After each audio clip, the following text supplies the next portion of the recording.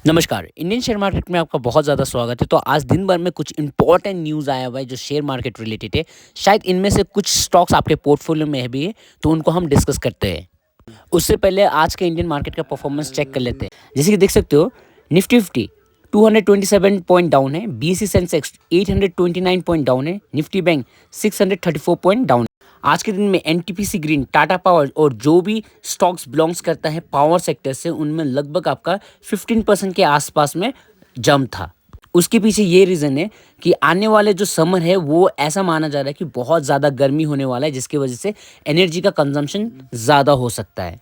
अगर एनर्जी का कंजम ज़्यादा होगा तो इन पावर स्टॉक्स में अच्छा प्रॉफिट दिख सकते हो आने वाले क्वार्टर्स में।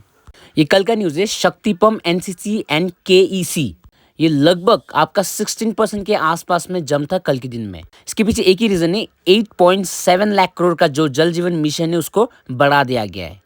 अगला न्यूज़ है, हिंदुस्तान जिंक ने एक एमओयू साइन किया हुआ है सीएमआर ग्रीन के पास। ये जो एमओयू साइन किया गया, इसके पीछे यही रीज़न है, ये एलॉय मैन्युफैक्चरिंग करेंगे और ये मैन्युफैक्चर होगा आपका राजस्थान पे। तो आज का अगला इंपॉर्टेंट न्यूज़ है, जैसे कि आपको पता है एफडीआई का जो पॉलिसी है उसको चेंज कर दिया गया है। अब कोई भी फॉरेन डायरेक्ट इन्वेस्टमेंट 10% तक कर सकता है विदाउट गवर्नमेंट अप्रूवल के साथ। ये कुछ कंपनीज है जिसके ऊपर में ज़्यादा चांसेस है कि कुछ इनफ्लो आ जाए। सबसे पहला है आपका डिक्सन टेक्नोलॉजी, उसके बाद है काइंस टेक का, और भी बहुत सारे कंपनीज है जिसमें चांसेस है इनफ्लो बढ़ने का। आज का अगला इंपॉर्टेंट न्यूज़ है, जैसे कि आपको पता है भारत फोर्ज एक बहुत बड़ा इंडिया का कंपनी है। ये एक नया सेगमेंट में एंट्री ले रहा है जो कि फ्लाइट कंपोनेंट बनाने के लिए, जिसके लिए इन्होंने एक कंपनी भी चुना है जो कि फ्रांस का कंपनी है। नाम है कोलेबरी एरोस्पेस। तो ये दो कंपनी मिलके मैन्युफैक्चरिंग करेंगे फ्लाइट के कंपोनेंट्स।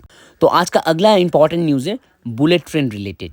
इंडिया ने लगभग आपका 28 बुलेट ट्रेन ऑलरेडी मैन्युफैक्चरिंग कर दिया और ये मैन्युफैक्चरिंग हुआ है आपका सूरत। तो आने वाले दिन में ये भी देख सकते हो बुलेट ट्रेन का बहुत ज़्यादा डिमांड बढ़ जाएगा, जिसकी वजह से आईआरसीटी का रेवेन्यू एंड प्रॉफिट इंप्रूव हो सकता है। आज का अगला इंपॉर्टेंट न्यूज़ है, वारी एनर्जीज का एक सब्सिडरी कंपनी है, वो लगभग आपका $30 मिलियन इन्वेस्ट करने वाली है एक यूनाइटेड सोलर होल्डिंग्स में। तो ओवरऑल ये जो फंड जा रहा है आपका सोलर सेक्टर में, आने वाले दिन में ये कंपनी में भी बहुत इंप्रूवमेंट दिख सकते हैं प्रॉफिट में। आज का और एक इम्पॉर्टेंट न्यूज़ है, जैसे कि आप सभी को पता है कि ट्रम्प भाई साहब वहाँ पे बैठे हैं, उन्होंने एक नया टैरिफ लॉन्च कर दिया और ये जो टैरिफ है लगभग आपका 16 नेशन के ऊपर में लगने वाला है। हाँ भाई, इंडिया के ऊपर में भी लगने वाला है।